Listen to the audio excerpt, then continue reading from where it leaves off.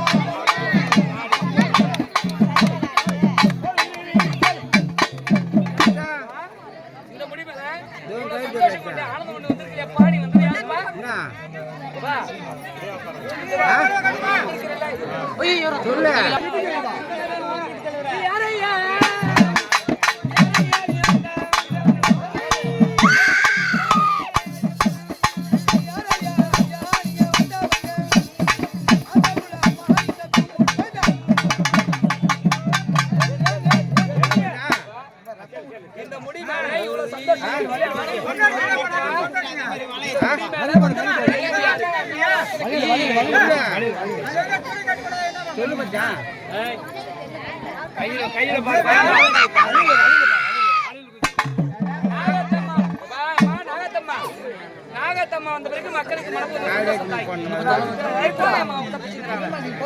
நாகத்தம்மா நீ வந்ததே மனப்பூர்வ சந்தோஷம். நாகத்தம்மா இப்படிதான் வாட்சி வருவாங்களா கத்திங்களா நீ சொல்ல இந்த மாதிரி குழந்தை இது மாதிரி ஆகி ரத்தனத்துமா வந்தாதான் வந்த மாதிரி இருக்குமா?